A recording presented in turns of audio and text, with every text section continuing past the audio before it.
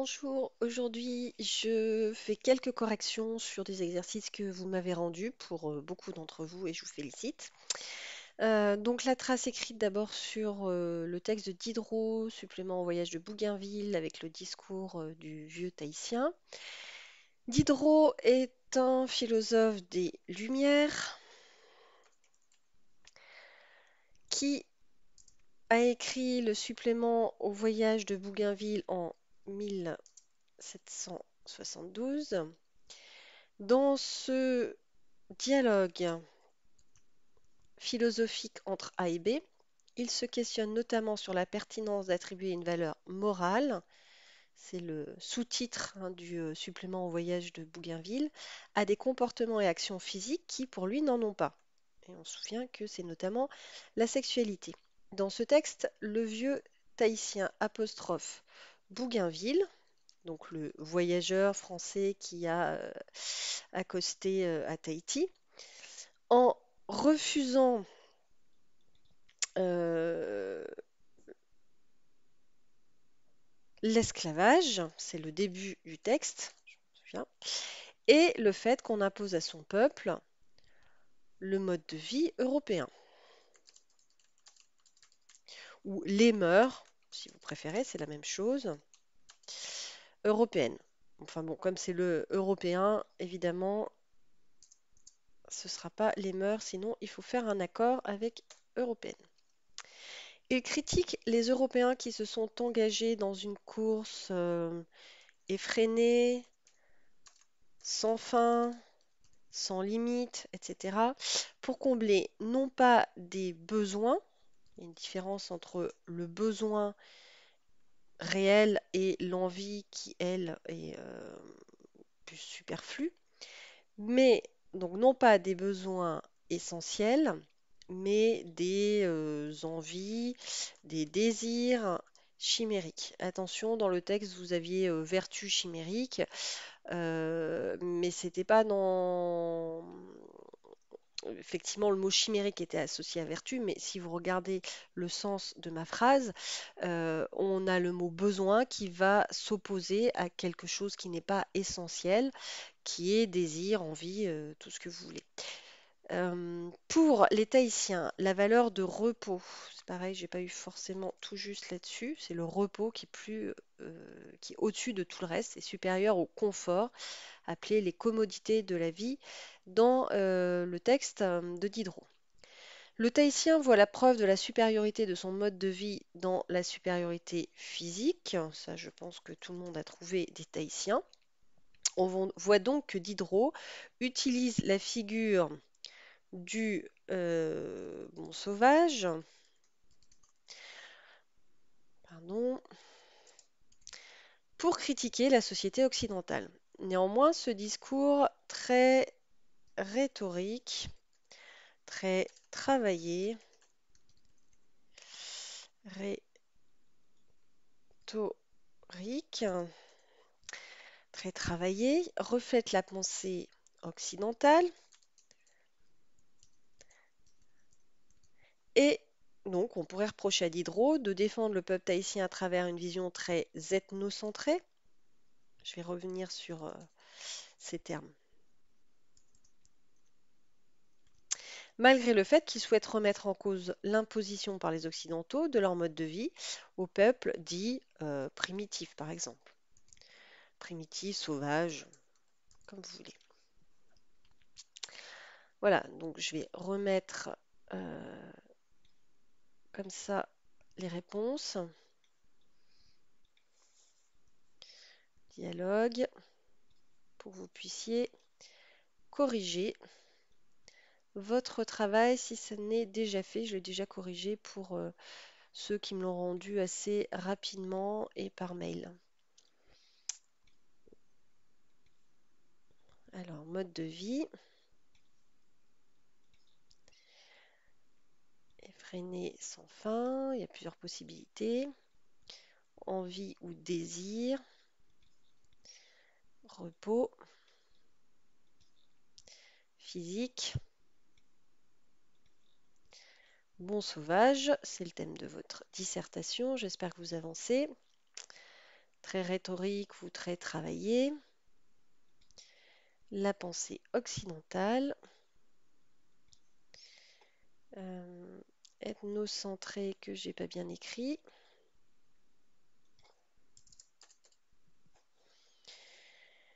et enfin sauvage ou primitif au choix. Je reviens juste sur la fin, qui est une idée que vous pouvez éventuellement utiliser pour votre dissertation si vous avez regardé la vidéo que je vous ai envoyée pour vous y aider. Donc, ce qui est un petit peu paradoxal dans ces écrits, que ce soit d'ailleurs celui de Montaigne, avec le passage des coches où Montaigne donne la parole au, au peuple qui est visité par les Espagnols, hein. C'est le passage qui commence par en longeant la mer ou les côtes dans la deuxième partie des coches.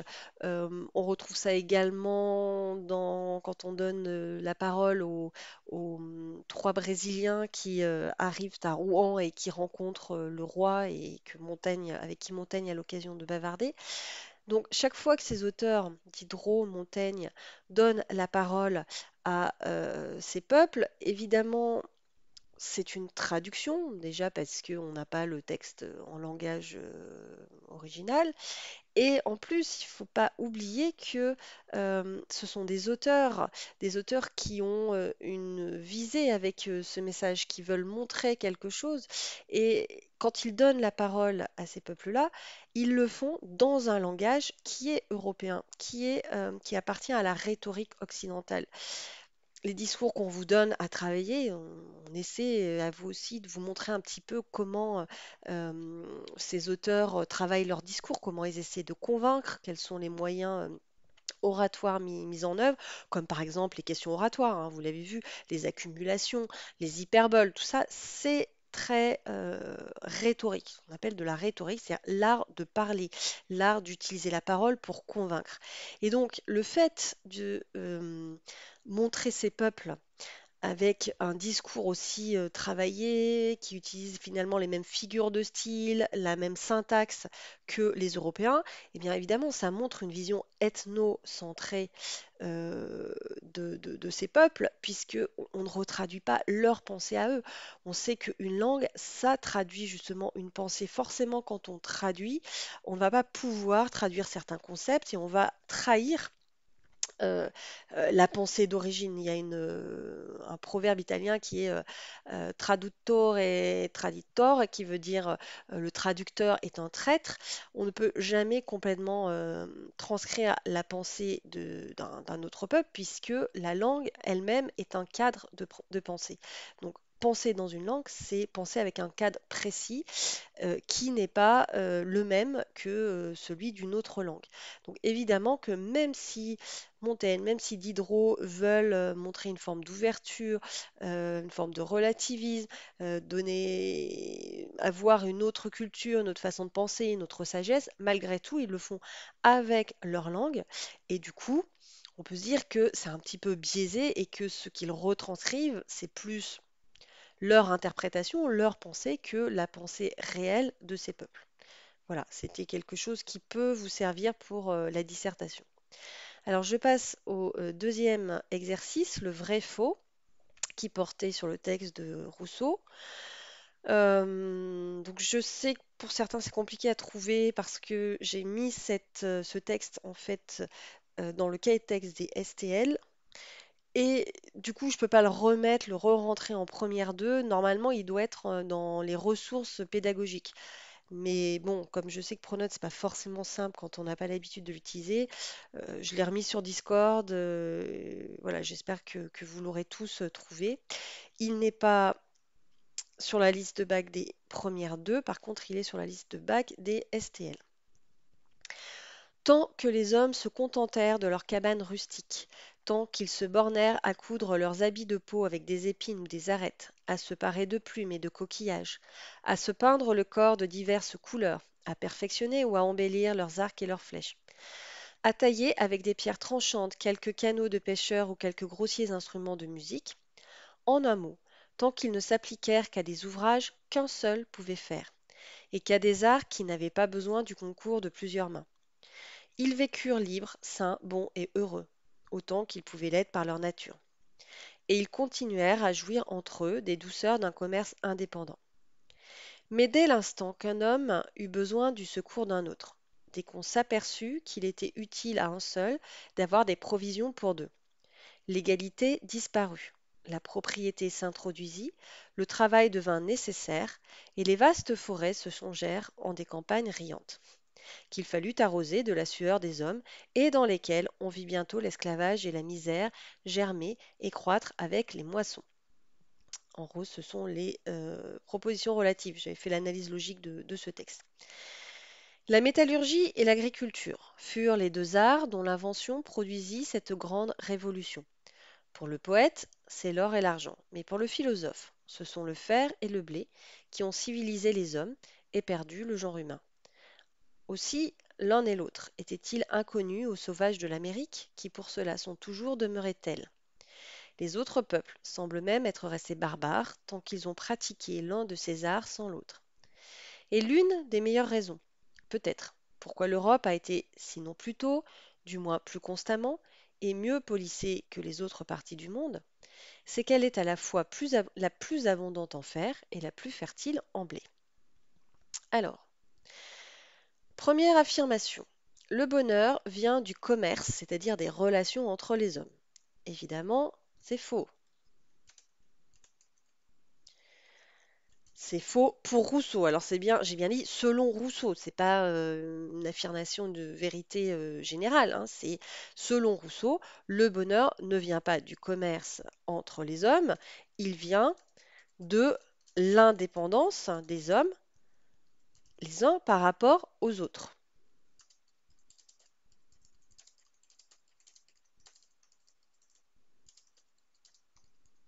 Ok? Où est-ce qu'on le voit? On le voit. Voilà. Tant que c'est ce passage-là qui nous intéresse, tant qu'ils ne s'appliquèrent qu'à des ouvrages qu'un seul pouvait faire, qu'à des arts qui n'avaient pas besoin du concours de plusieurs mains, donc tant qu'on pouvait se procurer sa nourriture, s'habiller, construire des cabanes sans avoir besoin de plusieurs personnes, hein, de constituer une petite entreprise dans laquelle les personnes vont collaborer entre elles, donc tant que chacun est indépendant, eh bien, ils vécurent libres, sains, bons et heureux, le bonheur. Les- ils purent jouir des douceurs d'un commerce indépendant. C'est-à-dire que oui, il peut y avoir des relations, mais les hommes ne sont pas dépendants les uns des autres. On voit bien aujourd'hui avec la crise notre interdépendance, hein. S'il n'y avait pas les agriculteurs qui continuent à produire, les gens, les routiers qui continuent à apporter la nourriture, les entreprises qui transforment cette nourriture, les caissières qui continuent à travailler dans les magasins pour nous fournir cette nourriture, eh bien nous, en ville, là, dans notre appartement confiné, vous voyez bien que on mourrait rapidement de faim. Donc on n'est pas indépendants les uns des autres, on est dans une très grande dépendance qu'on oublie souvent, hein, et que la situation nous rappelle. Deuxième affirmation. Donc là, je le surligne. Voilà. L'état de nature ressemble à l'image qu'on se fait des hommes préhistoriques. Eh bien, c'est vrai. On a toute une série d'images, hein, les cabanes rustiques, les habits de peau qui sont cousus avec des épines ou des arêtes, les plumes, les corps de diverses couleurs, etc. Les arcs et les flèches. Ça correspond aussi à l'image des peuples d'Amérique du Sud qu'on a découverts.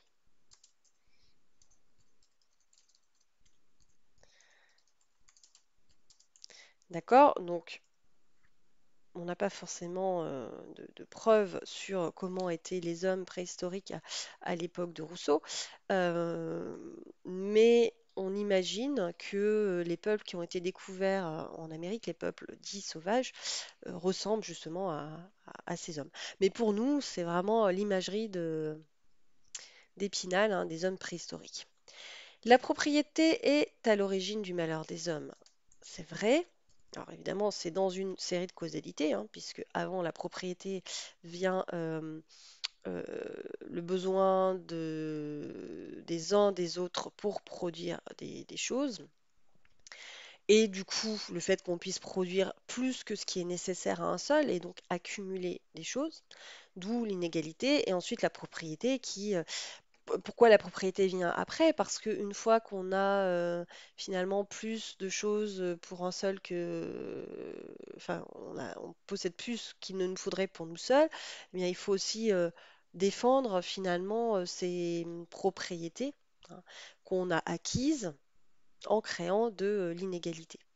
Donc tout cela est vrai et vous le retrouvez euh, à partir de la deuxième partie du paragraphe, hein.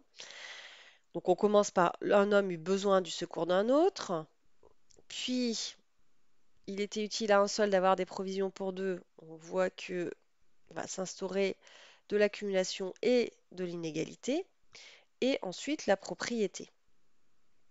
Et tout cela est associé au travail, mais au travail qui n'est pas perçu comme quelque chose de positif, mais qui va être perçu plutôt dans la malédiction biblique, hein, tu gagneras ton pain à la sueur de ton front, associé également à l'esclavage et la misère, qui sont bien des situations d'inégalité, puisque dans l'esclavage, il y a le maître et l'esclave, et dans la misère, il y a les riches et les pauvres.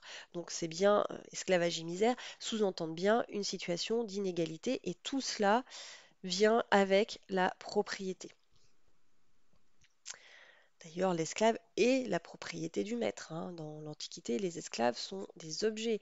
Ils n'ont pas comment dire, ils sont pas considérés comme des êtres humains, mais comme des meubles, comme des objets qu'on possède. Voilà, origine du malheur des hommes, travail, misère, esclavage, tout ça considéré comme en découlé. L'agriculture est un progrès qui permet de nourrir tous les hommes. Alors, pour Rousseau, on est bien d'accord, c'est pas un progrès. Euh, Enfin, c'est vrai et faux, on va dire.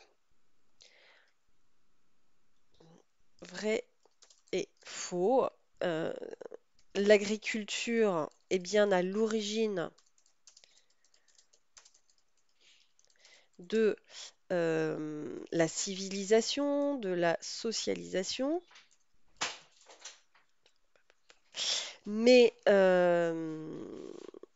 par contre, Rousseau ne considère pas que c'est un progrès, puisque pour lui, finalement, vous avez vu que enfin, la révolution néolithique, qui entraîne du coup un changement de civilisation, la propriété, le travail, etc., est là plutôt pour le malheur des hommes. Et tout cela, alors que je retrouve le... J'essaie de retrouver le passage.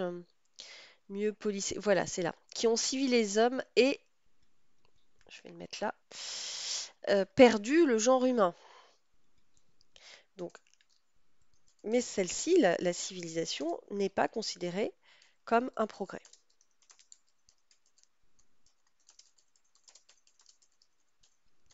Et la citation, c'est celle-là. Agriculture et métallurgie qui ont civilisé et perdu. Le mot perdu est vraiment important. Perdu dans le sens de détruire, hein, causer la perte.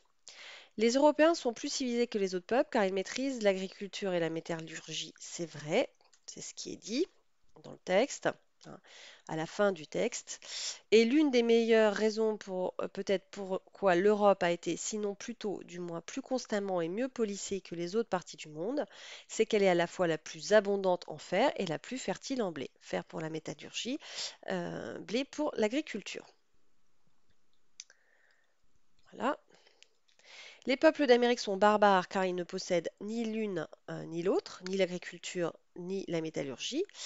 Euh, alors, c'est vrai et faux, ils ne possèdent ni l'une ni l'autre. Ils ne possèdent ni agriculture, ni métallurgie, mais, je fais des fautes, mais en ce sens, Rousseau les appelle sauvages et non barbares.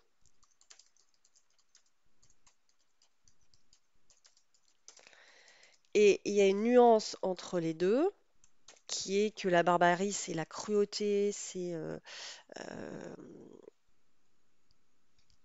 quelque chose de très négatif, c'est un dévoiement finalement de la sauvagerie et quelque chose qui n'a pas abouti à la civilisation. Alors que sauvage, comme pour Montaigne, c'est l'idée que ces peuples sont très très proches de l'état de nature, ils n'ont pas été dénaturés. Justement, vous voyez que dans dénaturé, vous avez dé, le préfixe négatif, et nature, ils n'ont pas été sortis de leur état de nature. Et donc, c'est pas un défaut, c'est juste un état. Et donc, le mot sauvage, comme chez Montaigne, n'a pas forcément un sens négatif, péjoratif, contrairement à barbare. Et ce que dit Rousseau, c'est que pour lui, la barbarie découlerait, la barbarie découlerait du fait que on n'aurait que un art sans l'autre. On aurait soit l'agriculture, soit la métallurgie.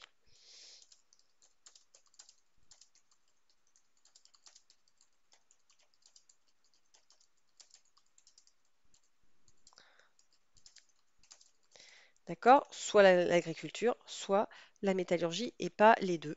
C'est une thèse de Rousseau, je ne sais pas s'il la démontre quelque part. C'est probablement très contestable d'un point de vue anthropologique. Je ne suis pas spécialiste du sujet, donc je ne pourrais pas vous dire. Mais voilà, c'est la thèse de Rousseau. Là, on est juste en train de voir ce que dit Rousseau, ce qu'il ne dit pas. J'espère que tout cela vous a servi et que ce texte vous servira également pour votre dissertation pour les premières générales et pour votre essai pour les STL. Bon travail!